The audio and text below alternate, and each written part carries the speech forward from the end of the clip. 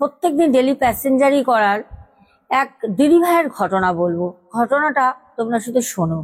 Hello everyone, welcome back to my channel. আশা করি thumbnail দেখে বুঝতেই পেরেছো আজকের ঘটনা কিন্তু জমজমাট হতে চলেছে। আজকে 3টে ঘটনা আছে, একটা স্পেশাল এপিসোড তোমাদের জন্য আমি সিলেক্ট করেছি। আজকে ছট পুজোর অনেক অনেক ভালোবাসা রইলো। তোমরা খুব ভালো করে ছট পুজো কাটাও। আর বলে রাখি, আজ থেকে আমাদের কিন্তু জগদ্ধাত্রী পুজো আরম্ভ হয়ে গেছে চন্দননগরে। দেন খুব শীঘ্রই যাব, আশা করছি তোমাদের সাথে দেখা হবে। যাওয়ার তো ইচ্ছা কালকে আছে, এবার দেখি সবই হচ্ছে মায়ের ইচ্ছা, কারণ আমি মায়ের আদেশ ছাড়া তো কোনো কাজ করি না, তোমরা সবাই জানো। তাহলে চলো আজকে আমরা 3টে ঘটনা ব্যাক টু ব্যাক শুনতে থাকি। সবাইকে বলবো একটা করে লাইক করে দাও, যারা এখনো পর্যন্ত ভালোবেসে চ্যানেলটিকে সাবস্ক্রাইব করনি করে নিও, পাশে থেকো। আর আমরা ঘটনাগুলো এখন একটা একটা করে শুনবো। তো আজকের প্রথম ঘটনাটা আমাদের রানা চ্যাটার্জি পাঠান। রানার বাড়ি হচ্ছে বনহুগলি। রানা জানায় প্রত্যেকদিন সকালবেলা ওর একটা হ্যাবিট বলতে পারো, সেটা বৃষ্টি হোক, ঝড় হোক, বর্ষা হোক, ওকে মর্নিং ওয়াক করতেই যেতে হবে। প্রত্যেকদিন রাতের বেলা ও ঘুম থেকে ওঠে 3:30-র সময়। ওর ফোনে অ্যালার্ম দেওয়া থাকে, 3:30-র সময় ওঠে। রানার বয়স হচ্ছে এখন 21+। রানা জানায়, দিদিভাই আমি পড়াশোনা করছি, সাথে সাথে নানা রকম হাতের কাজ বাড়িতে করি, আর সাথে কিছু মায়েরও কাজ করে দিই, কারণ আমার মায়ের শরীরটা খুব অসুস্থ থাকে, মায়ের বয়স হয়েছে তাই। আমার বাবা বাইরে আর্মিতে সার্ভিস করেন। তবে এইখানে একটা কথা বলে রাখি, আমাদের যে রানা ভাই, ওর যে ঘটনাটা, এই ঘটনাটা শোনার পর আমার একটা ভয় লাগছে যে তোমরা যারা মর্নিং ওয়াক করো তারা এই ঘটনা শোনার পর মর্নিং ওয়ার্কে কি যেতে চাইবে, যাবে, ভয় পাবে কি? তো চলো ঘটনাটা বলি। রানা বলে, দিদিভাই বর্ষা বলো, কাঁপিয়ে শীত পড়ুক, যতই কুয়াশা থাকুক, যত পুজো থাকুক, আমার হাঁটা বন্ধ থাকে না। আমি মনে করি একটা মানুষের দৈনন্দিন জীবনে যেরকম খাওয়া, স্নান করা, পুজো দেওয়া, জামা কাপড় চেঞ্জ করে পরা একটা জীবনের পার্ট, আমিও মনে করি প্রত্যেকদিন মর্নিং ওয়াক করাটাও একটা জীবনের পার্ট। যেরকম আমরা একদিনও না খেয়ে থাকি না, প্রত্যেক দিন খাবার খাই, সেরকম মনে করি আমাদের হাঁটাটাও প্রত্যেকটা মানুষের জীবনের একটা দৈনন্দিন জীবনের মধ্যে রুটিন করে রাখা দরকার। কারণ সকালে হাঁটলে প্রচুর বেনিফিট আছে। রানা জানায়, একদিন এরকম বৃষ্টি সারা রাত শুরু হয়। আমাকে আমার বাবা বলল যে রানা, আমি তো মায়ের কাছে শুনি যে বৃষ্টি ঝড় তুফান যাই হোক তুই বেরোস, এখন আজকে আমি এসছি বাড়ি, বাইরে বেরোতে হবে না, বুঝেছিস, দেখ রাতের বেলা বৃষ্টি নেমেছে। তো রানার বাবা রানাকে জানাতেও রানা বাবাকে সরাসরি মুখের উপর বলে দিলেন যে বাবা, আমাকে সকালবেলা বেরোতেই হবে, আমি সকালবেলা না গেলে আমার সারা শরীর যেন অবশ হয়ে থাকে, আমি যেন নিজেকে চালনা করতে পারি না।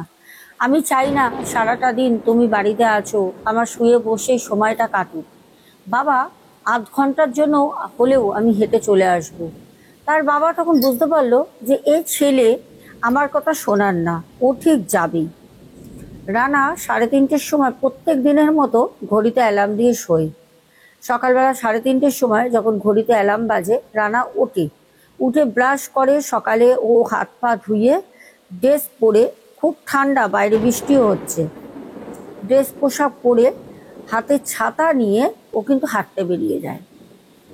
ও যখন হাঁটতে বেরোয়, ওর বাড়ি থেকে বেরিয়েই কিছুটা পথ গেলেই চারপাশে দুদিকে বাড়ি, কিন্তু ওই যে কিছুটা রাস্তা ওর বাড়ি থেকে বেরিয়ে ও যে যাচ্ছে, ওই রাস্তায় কোনো বাড়ি নেই। ওই প্রায় কিছুটা গেলে পারেই তারপর আবার বাড়িগুলো রয়েছে। ওই যে বাড়ি, ওর বাড়ি আর যে রাস্তার গ্যাপে যে জঙ্গল পড়ে, ও যখন বেরিয়ে হাঁটছে তখন রানা জঙ্গলে কিছু একটা শব্দ শোনে, কিছু মনে হচ্ছে একটা শব্দ হচ্ছে। তো রানা তখন ওখানে দাঁড়িয়ে পড়ে। রানার হাতে একটা টর্চও থাকে। রানা যেদিন 4টের সময় বার হয়, শীতের রাত, বুঝতেই পারছো, ভোর 4টে, তখন বেশ অন্ধকার থাকে। 6টার আগে মোটামুটি সূর্য ওঠে না, মেঘলা ওয়েদার থাকলে। তো রানা অন্ধকারে দাঁড়িয়ে ওই জঙ্গলের ঝোপে ঝাড়ে একটু টর্চ দিয়ে আলো ফেলে। রানা লক্ষ্য করে একটা মহিলা ওই ঝাড়ের ভেতরে বসে আছে। বৃষ্টি পড়ছে কিন্তু মহিলাটা অদ্ভুতভাবে ভিজছে না, মহিলাটি বসে আছে। তো মহিলাটি এরকম ভাবে বসে আছে, মনে হচ্ছে কেউ সকালবেলা যেন ওখানে বাথরুম টাথরুম করতে এসছে। তো রানা সাথে সাথে টর্চটা বন্ধ করে হাঁটতে শুরু করে। তো রানা মুখ দেখেনি, মুখটা কিন্তু নিচের দিকে ছিল। তো রানা অতটাও না লক্ষ্য করে রানার মতো হাঁটতে বেরোয়। রানা যখন সেই সামনের বাড়িগুলো পেরিয়ে যখন রাস্তায় ওঠে, রানা যাচ্ছে, রানা লক্ষ্য করে রানার পিছনে কেউ একজন পায়ের নুপুর পরে কোনো একটা মহিলা হেঁটে আসছে। রানা তখন মনে মনে ভাবলো, হয়তো যেই মহিলাকে আমার বাড়ির বাইরেটাই দেখেছিলাম, হয়তো উনি কোনো কারণে মাঠে বসেছিলেন কিছু কাজ করতে, হয়তো উনি বাড়ি ফিরছেন বা আসছেন। কারণ এই দিকে তো এরকম মহিলা কে আসবে, যে যার বাড়িতে থাকে, বড় বড় সব বাড়ি। তো রানা একবার পেছনে তাকায়, রানা লক্ষ্য করলো মহিলাটির কাছে কোনো ছাতা নেই, মহিলাটি এমনি আসছে। আর একটা জিনিস যেখানে রানার পুরো শরীর ভার করে দিল, সেটা হচ্ছে রানা লক্ষ্য করে মহিলাটির পায়ে কোনো জুতো নেই, মহিলাটি হেঁটে আসছে। এই যখন জিনিসটা রানা দেখে, রানা ভাবলো এরকম কে যে পায়ে জুতো নেই, এরকম ভাবে হেঁটে আসছে, কি ব্যাপার। রানা আমাকে বলে, দিদি ভাই আমি তড়িঘড়ি করে, ওখানে একটা পার্ক আছে, ওই পার্কের ওখানটা, তখন পার্ক লক করা থাকে, যদি পার্কের মাঠে ঢুকতে পারবো না, 6টার আগে খোলে না, তখন ওখানটা চুপচাপ আমি দাঁড়িয়ে পড়ি পার্কের ওখানে, কারণ ওখানটা আলো আছে। এমনিতে বুঝতে পারছো গভীর ঠান্ডা, তার মধ্যে ঝিরঝির করে বৃষ্টি পড়ছে, সারা রাত বৃষ্টি হয়েছে, রাস্তায় জল জমে রয়েছে। রানা এরকম সময় ওই কুয়াশা ভরা রাতে রানা ওই আলোর ওখানে একটু আশ্রয় নিয়ে দাঁড়ায়, কারণ ওই মহিলার পায়ে জুতো নেই, মহিলাটির মুখ দেখতে পাচ্ছে না, মহিলাটি মাথা নিচু করে আসছে। যখন এই দৃশ্য দেখে রানা তখন ভাবে যে এই আলোর মধ্যে আমি যদি দাঁড়াই, ওই মহিলা আমার আগে চলে যাক, তারপর আমি ওনার পেছনে যাব। কারণ রানার সত্যি কথা বলতে কোথাও গিয়ে একটা ভয় লাগছিল, কারণ রানার এর আগে এরকম কোনো অভিজ্ঞতাই হয়নি ভূত প্রেতের। আর রানা তখনও পর্যন্ত কিন্তু জানে না যে এটা কোনো ভূত প্রেত বা কোনো আত্মা, কোনো কিছু পৈশাচিক কিছু হতে পারে। রানা হয়তো ভেবেছে কোনো পাকলি হবে, নাহলে কোনো মহিলা হবে, হয়তো ফুল টুল চুরি করতে বেরিয়ে হয়তো সে রাস্তায় কোনো কারণে, হতেই পারে সকালবেলা তার কোনো চাপ এসেছিল, সে জঙ্গলে ছিল, হয়তো যাচ্ছে কিন্তু খালি পায়। এইটা কোথাও গিয়ে রানাকে একটু ভয় পাওয়ায়। রানা বলে, দিদি ভাই আমি ওখানে দাঁড়িয়ে থাকি, সেই মহিলা আমি দেখছি যে খুব দূরত্বে নেই, কিন্তু সেই মহিলা আমার বরাবর হেঁটেও আসতে পারছে না। আমি অপেক্ষা করছি সেই মহিলা কতক্ষণে আমার ওখান থেকে পেরিয়ে রাস্তা কভার করে চলে যাবে। অনেকক্ষণ দাঁড়িয়ে থাকার পরেও দেখছি সেই মহিলা হাঁটছে। অদ্ভুতভাবে ভয় একটা আমাকে চারপাশ থেকে ঘিরে ধরলো। তারপরেও আমি আমার মতো ছাতা নিয়ে চুপচাপ বাজরংবলীর নাম নিতে নিতে, হনুমান চাল্লিশা পাঠ করতে করতে আমি টর্চটা হাতে জ্বালিয়ে নিয়ে আমি রাস্তার দিকে বেরোই। যখন আমি রাস্তার দিকে বেরোই তখন দেখলাম পুরো রাস্তা ফাঁকা, একটা কুকুর পর্যন্ত নেই। অন্য সময় থাকে, বৃষ্টির কারণে ওরা হয়তো কোনো জায়গায় আশ্রয় নিয়েছে। ঝিরঝির করে বৃষ্টিটা পড়তে পড়তে একটু জোরে আসলো, চারপাশে বজ্রঘাতের শব্দ হচ্ছে। ভাবলাম যে না, আজকে এরকম একটা বাধা পড়লো, এর আগে তো কোনোদিন হয়নি, আজকে আর আমি এগোবো না, যাই বাড়ি ফিরে যাই। তো আমি প্রত্যেক দিন একটা কাজ করতাম, যদি এখানে বলছি দর্শক বন্ধু তোমরা ভাইয়ের কথা মতো কিছু মনে করো না, এটা আমরা অনেকেই সকালবেলা হাঁটতে গিয়ে করি। ভাই বলছে, দিদি ভাই আমার একটু স্বভাব ছিল, আমি পকেটে করে একটা ছোট্ট কাগজ নিয়ে যেতাম, কিছু ফুল আমি সংগ্রহ করে এনে মাকে দিতাম। মা বাজার থেকে তো মা ফুল আনতেন, কিন্তু সেই ফুল দিয়ে বাড়িতে পুজো হতো। তা আমি তড়িঘড়ি করে সামনে কিছু জবা ফুল, কিছু টগর ফুল, এই নানা রকমের ফুল, কিছু শিউলি ফুল যেগুলো একদম ভিজে জল হয়ে গেছে, সেগুলোকেও কোনো রকমের, যেগুলো খুব তাড়াতাড়ি পড়েছে, বুঝতে পারছি সবে পড়েছে, আমি তড়িঘড়ি করে ওই গাছের যে ছাওয়াটা পড়ে ওখানে একটু শুকনো ছিল, আমি কিছু ফুল তুলে নিয়ে আবার বাড়ি বাড়ির দিকে রিটার্ন করি। বাড়িতে আসা মাত্রই খুব গা হাত পা ব্যথা আমার শুরু হয়। আমার বাবা সকালবেলা 5টার সময় যখন টয়লেটে ওঠে, আমার বাবা আমাকে বলল, কিরে রানা, তুই আবার আজকেও বেরিয়েছিলিস? তোকে না করলে তুই শুনিসই না, কি দরকার বলতো এই বৃষ্টি বাতলার দিনে বাইরে বেরোনোর? বাবা বুঝে যায় আমার জুতো দেখে। আমি বাবাকে বললাম, না বাবা, ওই বেরিয়েছিলাম ফুল তুলতে। জানো বাবা, আমি দেখো ব্যাগে করে ফুল এনেছি, ঠাকুর ঘর থেকে ফুলগুলো এনে বাবাকে দেখালাম। বাবা তখন বললো, ঠিক আছে ঠিক আছে, এখন কদিন এই বৃষ্টি বাদল হচ্ছে, এই সময় বেরোস না, কি দরকার এই বৃষ্টির মধ্যে বেরোনোর? আর ফুল কি আমি আনি না? বাড়িতে এত ফুল নিয়ে আসি, তারপরেও বেরোতে হয়। যাই হোক, বাবার সাথে আর কথা না বাড়িয়ে আমি ঘরে গিয়ে চুপচাপ আমার রুমে ঢুকে শুয়ে পড়ি।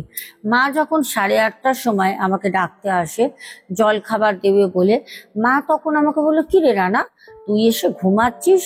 আমি তখন বললাম, হ্যাঁ আমার শরীরটা ভালো না মা। মা তখন আমার হাতটা ধরে বললো, রানা ও উঠে খেয়ে নে। তখন আমার গা গরম পেয়ে বাবাকে বললো, দেখো রানার মনে হয় জ্বর এসছে। জানি না, শরীরটা খুব দুর্বল হয়ে যায়, শরীরটা খুব খারাপ হয়েছিল। তারপর বাবা নিয়ে গিয়ে এক জায়গা দিয়ে কালী মায়ের মন্দির থেকে আমাকে ছাড়িয়ে নিয়ে আসে, জল পড়া নিয়ে আসে, ফুল নিয়ে আসে, বালিশের তলায় দিয়ে 3 রাত শুতে হয়। তারপর সেটা 3 রাত পর জলে ভাসিয়ে দিতে হয়। এইসব করার পর আমার শরীরটা ঠিক হয়। কিন্তু এখানে রানা তার বাবাকে বলেছিল যে বাবা আমার সাথে সকালবেলা এরকম এরকম হয়েছে।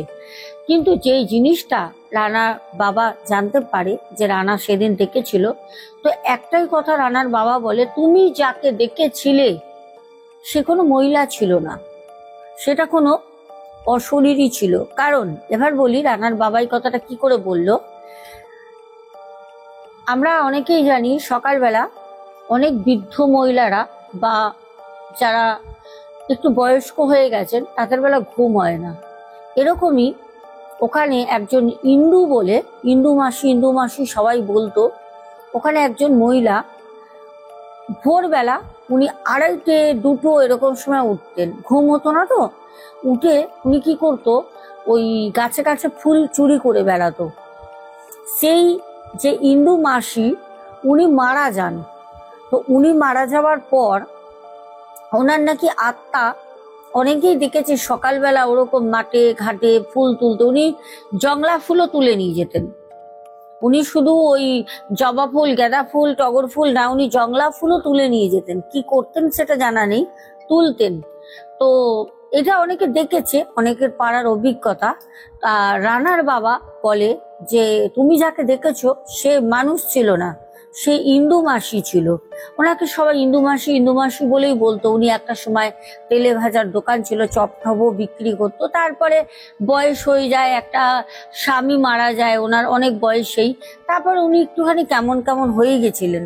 উনি ওই ফুল টুল তুলতো, আবার লোকের বাড়িতে গিয়ে গিয়ে না ওই সকালবেলা ওই সব ফুল তুলে, অনেকেই তো সকালবেলা ঘুমায়, গিয়ে বাড়ির বউদের বলতো যে বৌমা ফুল নেবে, আমি ফুল নিয়ে এসছি।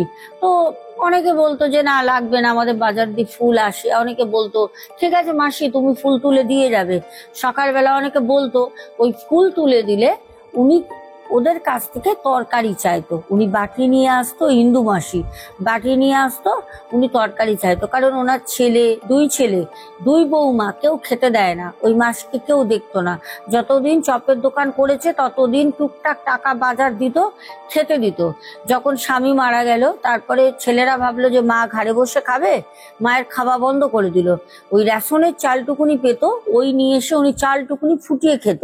আর ওই ফুল লোকের বাড়ি দিয়ে দিয়ে ওই লোকে হয়তো একটু সবজি তরকারি করে দিল, কেউ হয়তো শুক্তো, কেউ হয়তো একটু মাছ দিল, যার বাড়িতে বেশি আসে উনি ওই তরকারি নিয়ে এসে ওরম করে খেত। তো সেই ইন্দু মাসির আত্মাই আমাদের রানা ভাই ডেকেছিল। কিন্তু সেই দিনই লাস্ট রানা ভাই কিন্তু ওই যে ইন্দু মাসিকে ডেকেছিল বলে হাঁটা, বাইরে চলা, সকালবেলা মর্নিং ওয়াক কিন্তু বন্ধ হয়নি। সে কিন্তু তার মতো 2 দিন যায়নি, শরীর খারাপ ছিল। 3 দিন পর থেকে সে আবার হাঁটতে যায়, কিন্তু আর দেখিনি কাউকে। কিন্তু রানা ভাই বলেছে যে দিদি ভাই আমি এখনো হাঁটি, কিন্তু আমি 3:30-র সময় বেরোই না, 4:30-র সময় বেরোই, মাকে নিয়ে বেরোই, কারণ মায়ের সুগার হয়েছে, এখন মাকে নিয়ে হাঁটতে বেরোই। এই ছিল আমাদের প্রথম রানার ঘটনা। কেমন লাগলো অবশ্যই জানাতে ভুলো না কিন্তু। এবার আমরা দ্বিতীয় ঘটনায় যাব। তারপর আমাদের মেন যে ঘটনা, সেই ঘটনায় আসছি। দ্বিতীয় ঘটনাটা আমরা বনগা থেকে পাই। বনগায় একটা ট্রেনে করে ডেলি প্যাসেঞ্জারি করার এক অভিজ্ঞতা তোমাদের শোনাবো। প্রত্যেকদিন ডেলি প্যাসেঞ্জারি করার এক দিদিভাইয়ের ঘটনা বলবো। ঘটনাটা তোমরা শুধু শোনো। দিদিভাই বলেন, আমার হাজবেন্ড যথেষ্ট ভালো জায়গায় কাজ করতেন। করোনার সময় তখন আমার হাজবেন্ডের কাজটা চলে যায়। আমি কিন্তু অতদিন গৃহবধূই ছিলাম। আমার বাইরে বেরিয়ে কাজ করাটা কোনো দিনও মাথায় আসেনি। আর আমার হাজবেন্ড আমাকে কোনো দিন বাইরে বেরিয়ে কাজ করতে দেবে বলে এরকম কোনোভাবে কোনো দিন কথাও বলেনি, যেটা পুরোটাই আমার কাছে অজানা। কিন্তু সত্যি কথা বলতে, যখন করোনার সময় আমার হাজবেন্ডের চাকরিটা চলে যায়, শুধু আমার হাজবেন্ড বলে না, করোনার সময় প্রচুর সংসারে অর্থনৈতিক ক্ষতি হয়, প্রচুর মানুষের চাকরি চলে যায়, প্রচুর মেয়ের চাকরি যায়, ছেলেদের চাকরি চলে যায়, পুরুষ মানুষরা তখন বাড়িতে পুরো অসহায় অবস্থায় বসে থাকে। ওই সময় আমি একটা বাড়ির সামনে একটা ফ্যাক্টরিতে কাজ করতাম। ফ্যাক্টরিটা খুব কম টাকায় মানুষকে কাজ করাতো। তো ওই সময় কাজটা ছিল বাড়িতে জিনিস নিয়ে এসে বল তৈরি করা। প্লাস্টিকের যে বল হয়, প্লাস্টিকের সেই বল লেবেল লাগানো, বল তৈরি হয়ে আসতে সেই লেবেলগুলো আমরা লাগাতাম বাড়িতে এনে। আর একটা কাজ করতাম পাশে পাশে, ওই বল লেবেল লাগিয়ে সেরকম টাকা পাওয়া যেত না। সে 1000 বলের লেবেল লাগালে খুব কম টাকা দিত, যে টাকাটা একটা বাচ্চা মেয়েরও হাত খরচা চলে না। কিন্তু ওই যে স্বামী চাকরি নেই, কি করব। তারপর একটা ওই পাড়ার স্থানীয় দিদির কাজ দিয়ে খোঁজ পেলাম যে আমরা সোনা, গোল্ডেন জুয়েলারি কিনি। সোনার দোকানে যে আমাদের ছোট ছোট দেখবে ভেলভেটের বক্স দেয়, সেই বক্স ওই দিদিভাই বানাতেন বাড়িতে বসে।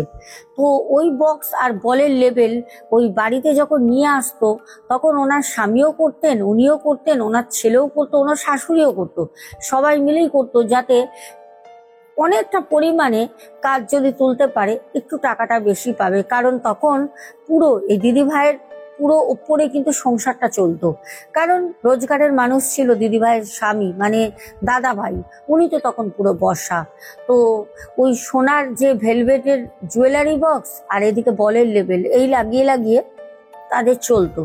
এবার বনগা যেখানে থাকতো, একটু গ্রাম্য টাইপের জায়গা, ওখানে এইসব কাজগুলো ঘরে ঘরে এখনো হয়। তো দিদিভাই বলেন, যখন আস্তে আস্তে আস্তে করোনার টাইমটা একটু রিকভারি হয়, তখন উনি শিয়ালদায় একটা ফ্যাক্টরিতে উনি চাকরি পান। উনি কিন্তু সেই চাকরির জন্য ইন্টারভিউও দেয়, দিয়ে ফর্ম ফিল আপ করে 800 টাকা দিয়ে, তারপর কিন্তু ওনার চাকরিটা হয়। ওনার স্বামী তখনও পর্যন্ত কোনো চাকরি পায়নি। দিদিভাই বলেন, আমি প্রত্যেকদিন ওই বনগা থেকে শিয়ালদা যাতায়াত করতাম, অনেকটা ডিস্টেন্স, অনেকটা সময় লাগতো। এরকমই একদিন রাতের বেলা আমি বাড়ি ফিরছি। আমি যখন শিয়ালদা দিয়ে ট্রেন ধরতাম, তখন প্রায় 7:55। ওই ট্রেনে উঠে আমি আমার বনগার বাড়ি, যে আমার বাড়িতে ঢুকতে ঢুকতে প্রায় 10টা, পৌনে 10টা বাজতো প্রত্যেক দিন। শুধু রোববার করে ছুটি থাকতো, তাও একটা দিন তোমরা ছুটি নিতে পারো, যদি চাও আসতেও পারো। যেহেতু মহিলা মানুষ, তার সংসারের কাজ, কাচা ধোয়া থাকে, তো সেখানে শাশুড়ি সব করতো, কিন্তু তবুও নিজস্ব কিছু কাজ তো থাকে, যার জন্য রোববার দিন দিদিভাই যেতেন না।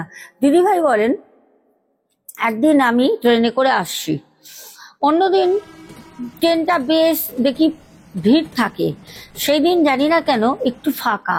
আমি ট্রেনে করে যখন আমি আসছি, তখন একটা ট্রেনের মধ্যে খুব ভিড় ছিল বলবো, বা ভিড় কম ছিল বলবো না, মোটামুটি লোকজন ছিল। আস্তে আস্তে আস্তে আস্তে তো একটা সময় ট্রেনটা যত ডিস্টেন্স যেতে থাকে, গুমা, বিরা, বারাসাত ছাড়িয়ে, তখন না ট্রেনটা আস্তে আস্তে ফাঁকা হতে থাকে। দিদিভাই বলেন, আমার সাথে 5-6 জন ট্রেনে লোক আছে কামরায়। তো হঠাৎ করে একটা পচা পচা একটা দুর্গন্ধ ট্রেনের মধ্যে বেরোতে শুরু হয়।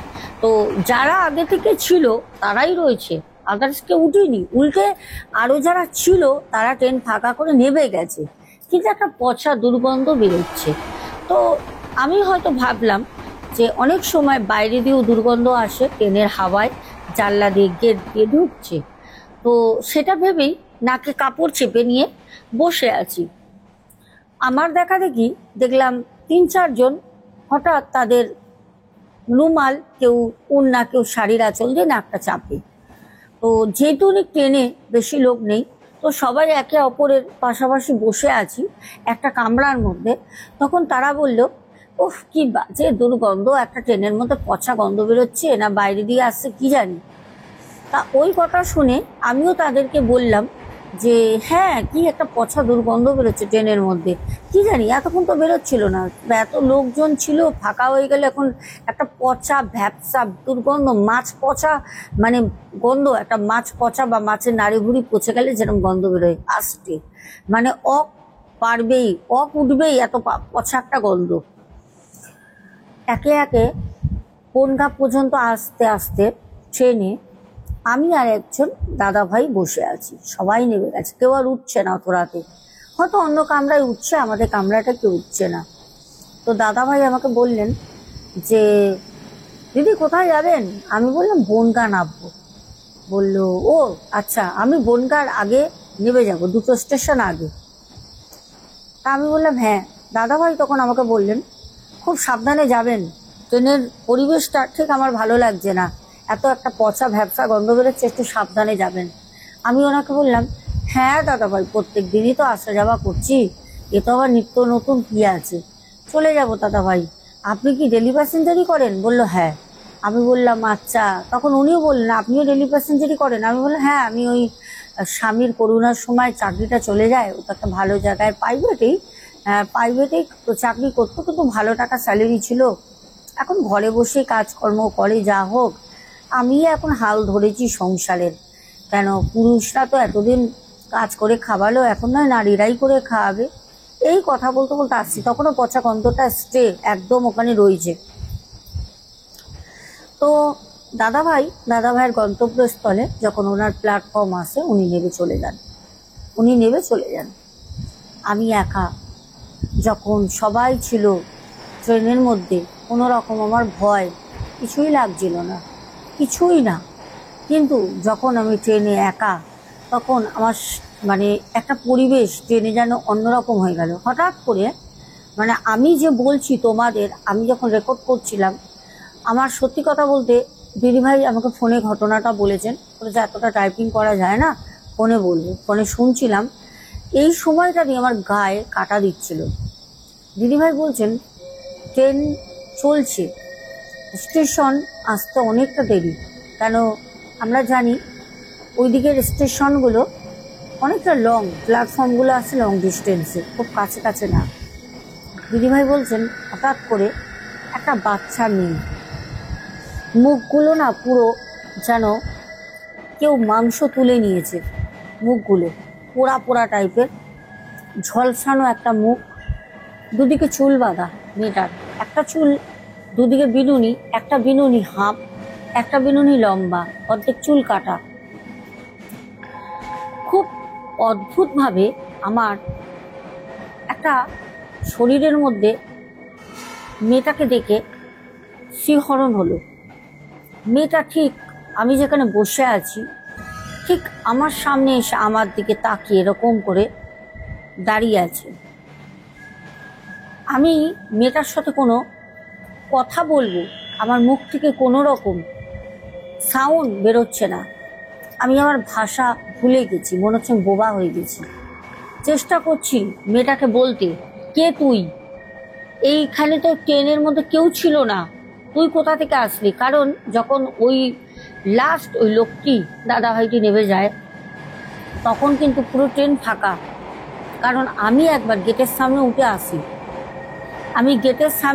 আসি থুতু ফেলতে, আবার গিয়ে আমি ট্রেনে বসি। আমি কিন্তু 4-5টা তাকিয়ে দেখি ট্রেনে কেউ নেই। তাহলে এই মেয়েটা আসলো কোথা দিয়ে? ট্রেন চলছে, মাঝপথে ট্রেনে উঠলো কি করে আমি জানি না।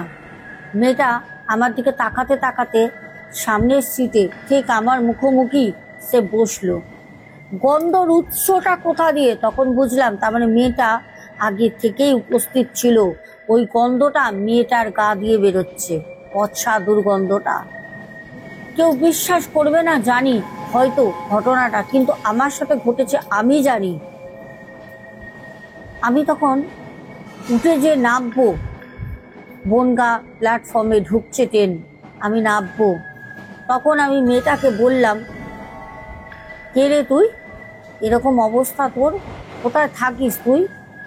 মেয়েটা তখন নাকে নাকে আমাকে বলল, আমার সাথেই ট্রেনে খুব খারাপ ব্যবহার হয়েছে, আমাকে মার্ডার করা হয়েছে, আমি তো এই ট্রেনেই থাকি বলে মেয়েটা এমন হাসি একটা হাসলো।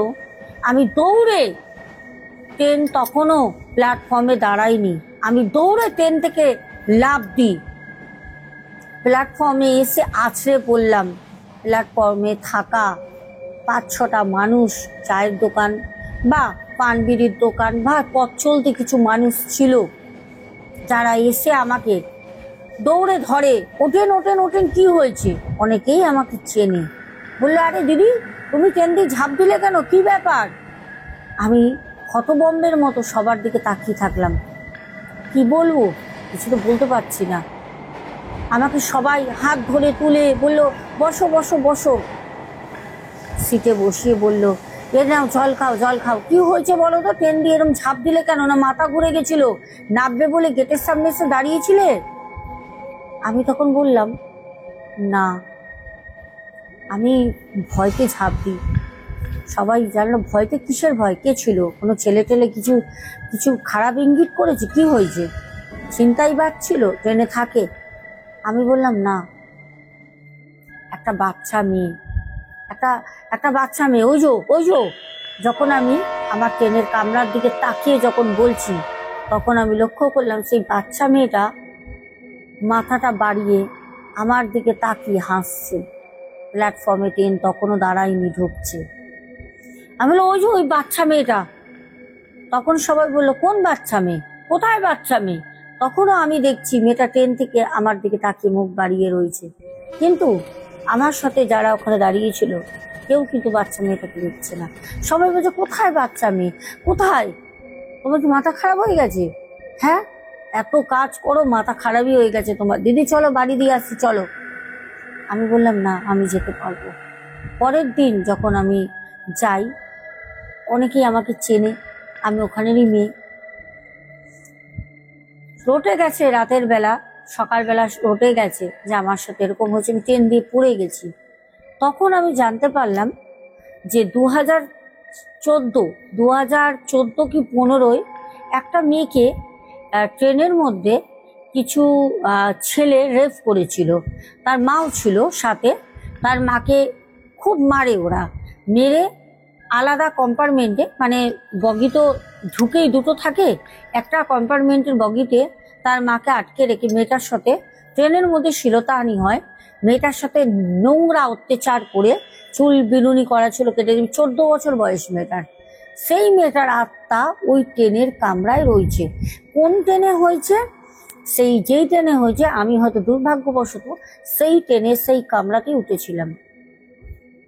হ্যাঁ, এই ঘটনাটা আমাদের যে দিদিভাই বলেছেন, যে কেউ বিশ্বাস করুক না করুক, যারা বনগাগামী, বনগা যাতায়াত করে তারা অনেকে জানে ট্রেনের এই জিনিসটা হয়েছিল। যদি তোমরা বনগা থেকে কেউ ঘটনাটা শোনো, অবশ্যই কিন্তু আমাকে জানিও, ঠিক আছে? তো এবার চলো আমরা মেন ঘটনায় যাব। মানে থাম্বনেলে যাকে তোমরা দেখেছো আমরা সবাই চিনি, উনি হচ্ছে আমাদের সুনামধন্য বাংলা চলচ্চিত্র জগতের অপরাজিতা আদ্র দিদিভাই। কিন্তু সত্যি কথা বলতে ব্যক্তিগত আমি ওনাকে চিনি, পার্সোনালি খুব ভালো মানুষ উনি। কারণ আমি একটা সময়, যদিও এখন আমি আমার এই মায়ের কাজ নিয়ে, আমার ইউটিউব চ্যানেল নিয়ে, দেন আমার শরীরের অবস্থা দেখে আমি যেইটুনি শুটিংয়ের দিকটা এখন সেরকম ভাবে টার্চে রাখিনি, যদিও যোগাযোগ সম্পূর্ণ পরিমাণে আছে, কিন্তু আমি সেরকম ভাবে সময় দিতে পারি না। বাধ্যতামূলক নেই যে আমাকে যেতেই হবে, এরকম কিছু না। আমাকে ফোন করে, তাদের সাথে কথা হয়, ডাকে, হয়তো কোনো সময় তোমরা আবার দেখতে পাবে। অনেকেই তোমরা জানো যে একটা সময় আমি অনেক শুটিং করেছি, অনেক সিরিয়াল করেছি, যেগুলো আমার ইনস্টাতে দেওয়া ছিল, দেন ইউটিউবেও আপলোড করা আছে। তো সেখান থেকে আমার পার্সোনাল ওপিনিয়ন আমি বলতে পারি, কিছু কিছু অভিনেতা অভিনেত্রীদের যারা আমরা টিভিতে সিনেমার পর্দায় দেখি, তাদের ব্যক্তিগত জীবন নিয়ে যারা অনেক চিন্তা ভাবনা করে, হয়তো অনেকে নেগেটিভ রোল করে, কিন্তু তারা অ্যাকচুয়ালি বাস্তবে খুব ভালো প্রকৃতির মানুষ। কারণ এরকম অনেক মুখ আমার চেনা আছে যারা শুরু থেকে এখনো পর্যন্ত নেগেটিভ রোলই করে যাচ্ছে। প্রথমে হয়তো বোন হতো, এখন তারা কাকিমা, জেঠিমা, মা হচ্ছে, কিন্তু সেই তাদের যে নেগেটিভ একটা রোল তারা করতো, বদমাইশির পার্ট তারা এখনো করছে। এরকম বহু অভিনেতা অভিনেত্রী আছে যাদের সাথে কথা হয়, যারা সত্যি বাস্তবে এত ভালো মনের মানুষ, না বললে নয়। তো তার মধ্যে একজন অপরাজিতা আদ্য, যাকে আমরা সবসময় সোশ্যাল মিডিয়া হাইলাইটেই দেখতে পারি। তার বাড়ির লক্ষ্মী পুজো থেকে শুরু করে, তার ড্রেস পোশাক থেকে, তার গোল্ড জুয়েলারি থেকে, আর তার কথা বলার ভঙ্গি থেকে, তার এত সুন্দর তার ব্যবহার, তার সৌন্দর্য, তার কথা বলার মানে যে কৌতূহল, যেভাবে উনি কথা বলেন, প্রতিটা মানুষ তাকে কখনো স্কিপ করতে পারেন না। অপরাজিতা আদ্য যে দিদিভাইয়ের কথা বলছি, উনি সত্যি খুব ভালো মনের মানুষ। তবে কি জানো তো বন্ধুরা, যে সৎ পথে থাকে, যে মুখে ডিরেক্ট কথা বলে, সে মানুষটার কিন্তু হতে পারে অনেকের কাছেই ভালো না লাগতে পারে, কারণ উনি খুব স্ট্রেট কাট মহিলা, খুব পরিষ্কার কথা বলতে ভালোবাসেন, কাউকে তোয়াক্কা করেন না, এরকম একজন মহিলা যাকে আমি খুব পছন্দ করি। আজকে অপরাজিতা আদ্য, ওনারই একটি আমি সত্য ভৌতিক ঘটনা বলবো। আমরা যখন শুটিং ফ্লোরে যেতাম, আমাদের সাথে অনেকের কথা হতো, অনেকের কথাবার্তা খুব ভালোভাবে হাতে হাত ধরে আমরা কথা বলতাম। সত্যি কথা বলতে, আমার খুব প্রিয় প্রিয় কিছু মানুষ আমি খুব কাছ থেকে একদম সামনে দিয়ে দাঁড়িয়ে কথা বলেছি, তাদের সাথে স্পর্শ করেছি, তাদের সাথে শুটিং করেছি, এক স্টেজে পারফরমেন্স করেছি। তো সেখানে আমি ব্যক্তিগতভাবে অনেক কাউকে চিনি। তো এবার আমি তোমাদের বলি যে অপরাজিতা আদ্য, ওনার একটি আমি তোমাদেরকে আজকে ভৌতিক ঘটনা বলবো। দেখো, আমাদের যে হিন্দি বলো, বাংলা বলো, হলিউড বলো, বলিউড বলো, যারা অভিনেতা অভিনেত্রী আছেন, তাদের কিন্তু প্রত্যেকের জীবনে একটা না একটা হরর স্টোরি আছে। আমাদের মিঠুন চক্রবর্তী, যা আমরা মিঠুন দা বলি, মিঠুন চক্রবর্তীরও কিন্তু, আমিও সেই স্টুডিওয় কাজ করেছি, ওখানে ওনারও কিন্তু ভৌতিক অভিজ্ঞতা আছে, যেটা আমরা শুটিং ফ্লোরে গিয়ে জানতেও পারি। সেই বিষয় নিয়ে যদি তোমরা জানতে বা শুনতে চাও, কমেন্টে লিখো, আমি তোমাদের জানিয়ে দেবো কি হয়েছিল, কোন মুভি করতে গিয়ে ওনার সাথে ভৌতিক অভিজ্ঞতা হয়েছিল। আমিও যখন ওখানে গিয়েছিলাম, তখন ওখানে আমি ওপেন দাঁড়িয়ে সেটে যারা ডিরেক্টর ছিল ওনাদের বলেছিলাম যে আপনাদের এই স্টুডিও তো ভুতুড়ে। ওনারা বলেছিল যে হ্যাঁ, দেখলে তো ওরকমই মনে হয়, যাই হোক চলো শুটিংয়ে চলো। এবার ওনারাও জানেন, ওনারাও কাজ করেন, ওনারাও জানেন যে তুমি শুটিং ফ্লোরে রাতের বেলা আলোয় আলো থাকে, যথেষ্ট আলো থাকে। এবার দেখো, একজন দুজন রাতের বেলা নাইটেও শিফটিং হয়, তো কোনোদিন আমি করিনি। আমার শোনা কথা যে কেউ একা ওয়াশরুমে যায় না, রাতের বেলা অনেক রকম শব্দ, অনেক রকম ডাক, চিৎকার শোনা যায়, যেগুলো শুটিং না, যেগুলো রিয়েলেই শোনা যায়। আছে এরকম অনেক কিছু আছে, যাক সেই সব আমি ধারে রেখে আমি অপরাজিতা আদ্য, ওনার আজকে ভৌতিক ঘটনাটা, সত্য ভৌতিক ঘটনাটা বলি শোনেন। যে আমি একটা জায়গার নামটা আমি নিচ্ছি না, উনি একটা মুভির শুটিং করতে গেছিলেন। বলছেন ওখানে আমাদেরকে একটা মানে চারপাশে ফরেস্ট আর কাঠের যে কটেজগুলো থাকে, খুব সুন্দর একটা এনভায়রনমেন্ট, ওখানে আমাদের থাকতে দেওয়া হয়। আমাদের মোটামুটি কলকাতা থেকে ওখানে পৌঁছতে প্রায় সন্ধে গড়িয়ে যায়। সন্ধে গড়িয়ে রাত আর কি টোকা দিচ্ছে। তো আমরা গিয়ে তড়িঘড়ি, সেদিন তো আর কোনো শুটিং হবে না, আমরা গিয়ে খাওয়া দাওয়া করি, কোনো রকমে খাওয়া দাওয়া করে যে যার মতো আমাদের রুম দেয় ওই কটেজ, আমরা কটেজে চলে যাই। আমাদের একটা সময় ডিরেক্টর ডাক করে পাঠায় বাইরে। তো একটা লন ছিল, ওখানে ডিরেক্টর আমাদের সবাইকে ডাকে। আমাদের তখন আফটার ডিনার, তো আমাদেরকে বললো তোমরা একটু এখানে এসো, আমরা সকালের কিছু রুটিন আমরা আলোচনা করে নেবো। সকালবেলা কখন শুট শুরু হবে, কটার মধ্যে তোমাদের উঠতে হবে, এটা আমাদের সব বলে দেয়। কটার সময় শুটিং তোমাদের ক্যামেরার সামনে প্রেজেন্ট হতে হবে, তো সব কিছু কোন সময় তোমরা প্রস্তুতি হচ্ছ না হচ্ছ, কটার মধ্যে উঠতে হবে, এগুলো তো সব থেকে ইম্পর্টেন্ট। কারণ দেখো, একটা শুটিং হয় কোটি কোটি লক্ষ লক্ষ টাকা খরচা করে। মুভিতে হলে তো ইনভেস্টমেন্টটা বেশি হয়, সিরিয়ালে হলে সেরকম লক্ষ টাকাই হয়। তো সেখানে দাঁড়িয়ে যখন ইনভেস্টমেন্টের ব্যাপার চলে আসে, তখন সবাই কিন্তু আমাদের খুব সতর্কভাবে কাজ করতে হয়। কারণ একটা শুটিং যেন আমার জন্য কখনো আটকে না যায়। কারণ দেখো, ক্যামেরা, লাইটম্যান, ক্যামেরাম্যান সবকিছু সেট করে নিয়ে এত কিছু সাজিয়ে নিয়ে বসে থাকে। যদি টাইম মতো তুমি সেই শুটিং ফ্লোরে না ঢুকতে পারো, তাহলে তোমার জন্য পুরো শুটিংটাই কিন্তু কেচিয়ে যাবে। যার কারণে সবকিছু শিডিউল করার জন্য ডাকে। যখন ডাকে তখন অপরাজিতা আদ্য উনি যান, সাথে আরো অনেকেই ছিলেন, সবাই কিন্তু ওখানে গিয়ে ডিরেক্টরের সামনে উপস্থিত হন। ডিরেক্টর সবাইকে বলে দেয় হাসতে হাসতে, কেমন লাগছে জায়গাটা, সকালবেলা আমাদের এই টাইমে শ্যুট আছে, তোমরা এই টাইমে উঠে রেডি হয়ে যাবে, এই সময় ক্যামেরার সামনে তোমরা চলে আসবে, ডট একটা টাইম দেয়। দিয়ে তারা সবাইকে বলে যে গুড নাইট, এবার তোমরা শুয়ে পড়ো রাতে, কিন্তু এখানে কেয়ারটেকাররা আছে, ওরা কিছু তোমাদের বলবে, এটা তোমরা ভালো করে শুনে নাও। তো তখন কেয়ারটেকাররা বলে যে দেখুন স্যার, ম্যাডাম, আপনারা এসছেন, আমাদের এখানটা খুব ফাঁকা নিলিবিলি, রাতের বেলা কেউ জঙ্গলে হাঁটবেন না, বা যদি দেখার হয় করিডর থেকে আপনাদের যে মানে কটেজের যে রুম আছে সেখান থেকে আপনারা কাছের উইন্ডো, ওখান থেকে সরিয়ে আপনারা বাইরের দৃশ্যটা উপভোগ করতে পারেন। কিন্তু গভীর জঙ্গল, রাতের বেলা অনেক রকম মানে হিংস্র জন্তু জানোয়ারও এখানে বেরোয়, আপনারা কিন্তু বেরোবেন না। ভালো কথা, সবাইকে ওরা বলে দেয়, কটেজে যারা যারা সিকিউরিটি ওখানে রয়েছে, গার্ড, সব বলে দেয়। তো সবাই সবার মতো গুড নাইট বলে শুনে চলে যায়। এবার আমাদের অপরাজিতা আদ্য, উনি তো যেইটুনি খুব মানে নিজেকে নিজে আনন্দ রাখেন, নিজেকে নিজে কিভাবে খুশি রাখবেন উনি সেই জিনিসটা সর্বদা চেষ্টা করেন, এমনকি সামনের মানুষটাকেও ভালো রাখার চেষ্টা করেন। তা উনি পার্সোনালি বলতে পারি খুব জলি ধরনের একজন মানে অ্যাক্টার, মানে অ্যাক্ট্রেস। তো উনি তখন সবাই চলে যায় যার যার মতো, উনিও ওনার কটেজে চলে যান। গিয়ে উনি একটুখানি ফোন নিয়ে ঘাটাঘাটি করে, একটু মুভি দেখেন। তারপর উনি ভাবলেন যে না, একটা রাতের তো ব্যাপার, কালকে শুটিং হবে দিনের বেলা, আবার কালকেই কিন্তু আমরা মানে দুপুর বেলায় প্যাক আপ করে বেরিয়ে যাবে ওখান দিয়ে, মানে একটা রাতের ব্যাপার, তো রাতটা তো আর পাবো না, কালকে এরকম সময় কলকাতায় থাকবো। তাহলে একটা কাজ করি, বেরিয়ে ওখানে আমি একটু দেখি আশপাশটা।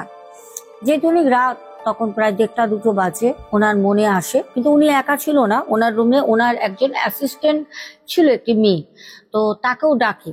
তো সে জেগেই ছিল, শুয়ে রেস্ট করছিল, তাকে বলল যে চলো আমরা বাইরেটা একটু যাই, লনটায় একটু হাঁটি, খুব সুন্দর পরিবেশটা, কালকে তো চলেই যাব।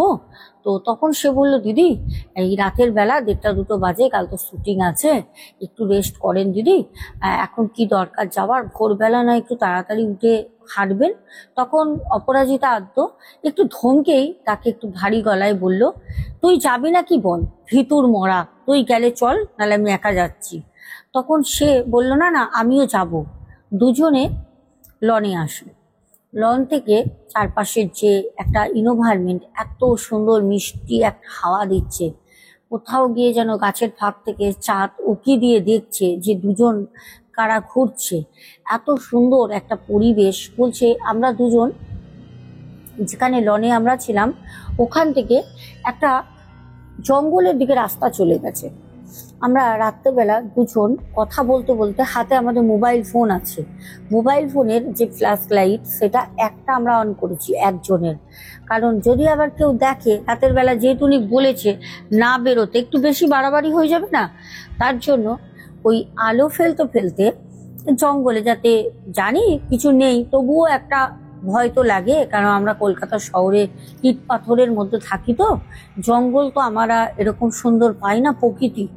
তো তারা যাচ্ছে, এবার দুজনে কথা বলতে বলতে যাচ্ছে যে কিরে তোর কি ভয় লাগছে, ওই মেয়েটিকে বলছে। তো মেয়েটা বলছে না দিদি, আপনি আছেন তো ভয় লাগবে কেন। তা বলছে হ্যাঁ চল, কত সুন্দর জায়গাটা দেখ।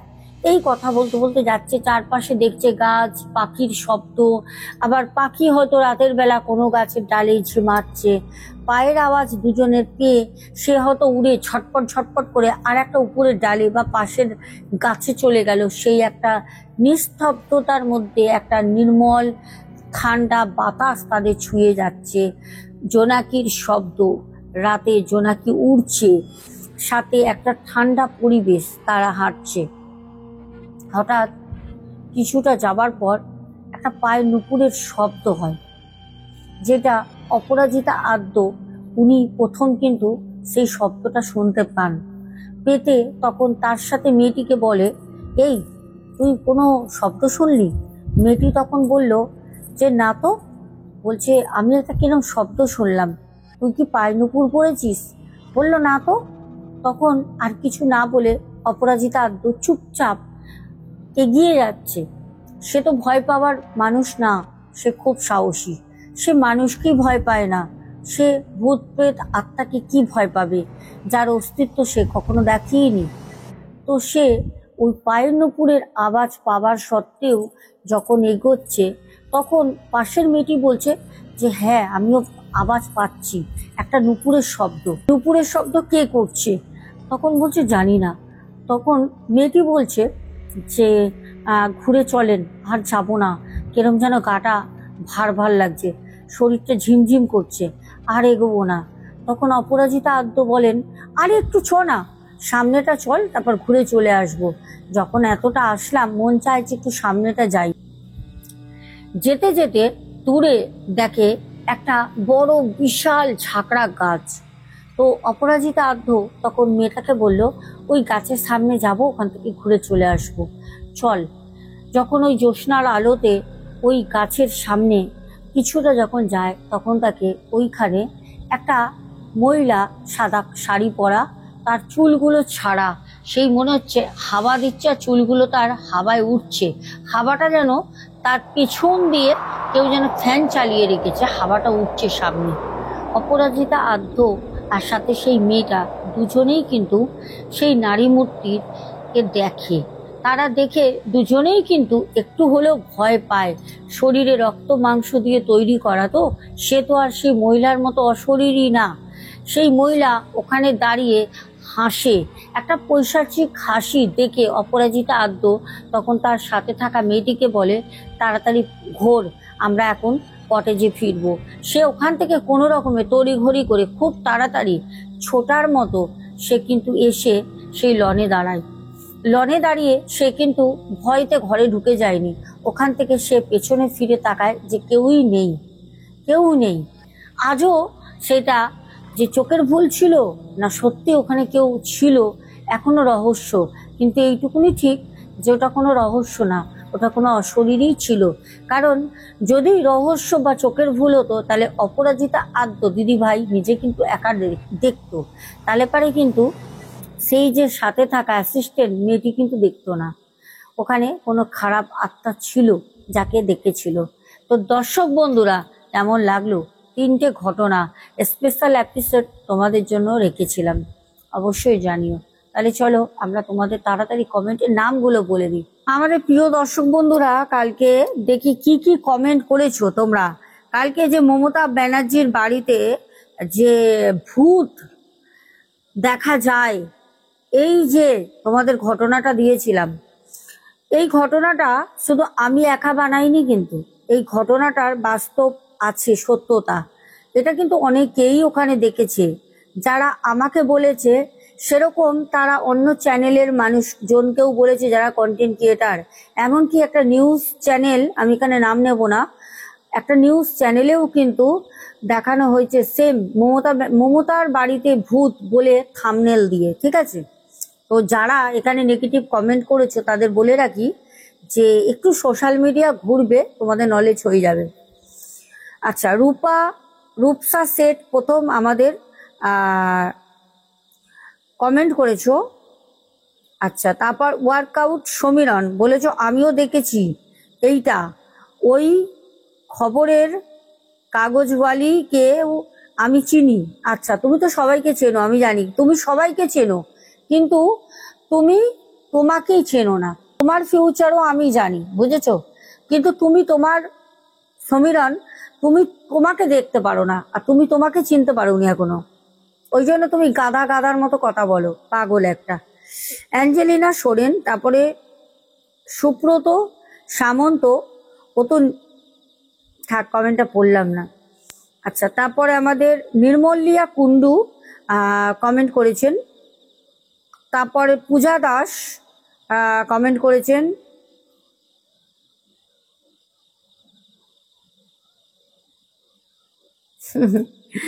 যাই হোক, স্মিতা পাল তার নিচে একটা কমেন্ট করেছে, আমি কমেন্টগুলো পড়ছি না। আচ্ছা, তারপর কমেন্ট করেছো মাইকেল রনি। আচ্ছা, মাইকেল রনি কমেন্ট করেছো, নামগুলো বলে দিচ্ছি শুধু যারা কমেন্ট করেছো। আচ্ছা, দেবযানী চক্রবর্তী ভট্টাচার্য কমেন্ট করেছো। তারপরে সংযুক্তা দত্ত কমেন্ট করেছো। তারপর কমেন্ট করেছো কৃষ্ণ দাস। হ্যাঁ, কৃষ্ণ দাসের আমি কমেন্টটা একটু পড়ি। আপনি ভুলভাল কোথায় কোনো কথাই কেন বলেন? আপনাকে কেউ সত্যি গল্প বললে সেটা দেন, এসব কি গাঁজাখড়ি গল্প দিতে ভালো বাসতেন বা বাসেন, কিছু একটা বোঝাতে চেয়েছেন। দেখুন, আপনাকে যদি গিয়ে কেউ, আপনি একজন কন্টেন্ট ক্রিয়েটার, আপনাকে যদি বলে যে এই ঘটনাটা এরকম ঘটছে বা ঘটছে, আপনি সার্চ করে দেখলেন, আপনাকে যেহেতুরিক তারা প্রুফ দিচ্ছে যে এই রকম ঘটনা আরো চ্যানেলে হয়েছে। একটা মানুষ হয়তো গাঁজাগড়ি গল্প বলতে পারে আপনার কথায়, কিন্তু নিউজ চ্যানেলেও বলবে। ভাই, নিউজ চ্যানেল অনেক বড়, তারা টিআরপি নিয়ে কাজ করে, তারাও বলবে। বলেন তো, তাহলে গাঁজাখড়ি গল্পটা আমি বলছি না গাঁজাখড়ি গল্পটা আপনি বলছেন, আমি সেটাই বুঝতে পারছি না। আমরা অনেক কিছু বিচার বিশ্লেষণ করে তারপরেই কিন্তু একটা কন্টেন্ট নাবাই। হুট করে একটা আসলো, ধুম করে নাবিয়ে দিলাম, এরকম কাজ আমরা করি না। অনেক কিছু ভাবনা চিন্তা মাথায় নিয়ে করতে হয়, বুঝেছেন। ওই জন্যই 50-এর কাছাকাছি আজ দাঁড়িয়ে রয়েছি। এরকম কোনো আমরা আজগুবি গল্প এখানে দিই না যে রাতারাতি দেখবেন মিলিয়ন হয়ে গেল, তারপর আর চ্যানেল খুঁজেই পাওয়া যায় না। আমরা মনে করি জেনুইন, সত্য, রিয়েল স্টোরি দিয়েই আমরা এগোবো। আস্তে আস্তে গ্রো করুক। বলে না পুরনো চাল ভাতে বাড়ে, আমার সেটাই দরকার। আমার দরকার নেই হুট করে মিলিয়নে চলে যাবার, আমার আস্তে আস্তে আস্তে আস্তেই যাক। আমরা গাঁজাগুড়ি গল্প বলি না, বুঝেছেন। দেখবেন আপনারও দোষ না, অ্যাকচুয়ালি কি বলেন তো, ইউটিউব প্ল্যাটফর্মটা এরকমই, অনেকই গাঁজাগড়ি গল্প বলেন, সেগুলো আবার আপনাদের সত্যি বলে মনে হয়, আপনাদেরও দোষ না, কি করা যাবে। তারপরে লিপিকা হালুই কমেন্ট করেছো। তারপরে বং হিন্দু হেসেল, সন্তুর দুনিয়া, শুভঙ্কর সরকার কমেন্ট করেছো। আচ্ছা, তারপরে ইন্দ্র হালদার কমেন্ট করেছো। নামগুলো বলে দিচ্ছি, নেগেটিভ পজিটিভ যে যাই কমেন্ট করো, আমাকে কমেন্ট তো করেছো, খুব ভালো লেগেছে, সত্যি কথা, কমেন্ট করবে এরকমই। সঙ্গীতা দিদি ভাই মিম আমাদের বাংলাদেশ থেকে কমেন্ট করেছে। আচ্ছা, ওয়ার্কআউট উইথ সমীরণ আবারও কমেন্ট করেছে। আচ্ছা, রূপসা সেট কমেন্ট করেছো বোন। রেখা অধিকারী, আব্দুল হক ভাই। আমাদের বাংলাদেশ থেকে। তো আমি সবার নামগুলো কিন্তু এখানে পরপর বলে দিলাম। আর এখনের মতো আসবো, 3টে ঘটনা তোমাদের কেমন লাগলো বলো। আশা করছি আমি আগামীকাল চন্দননগর যাব। আগামীকাল চন্দননগরে গেলে গত বছর আমার সাথে দেখা হয়েছিল দুজনের, অনেকেরই দেখা হয়েছে, দুজন কাছে এসেছিল। যদি কারোর সাথে দেখা হয়, বা আমি তো চিনতে পারবো না, তোমরা চিনলে কাছে এসো, ভালো লাগে, পরিবারের মানুষ তো। এখনের মতো আসছি, tata, good night, love you two.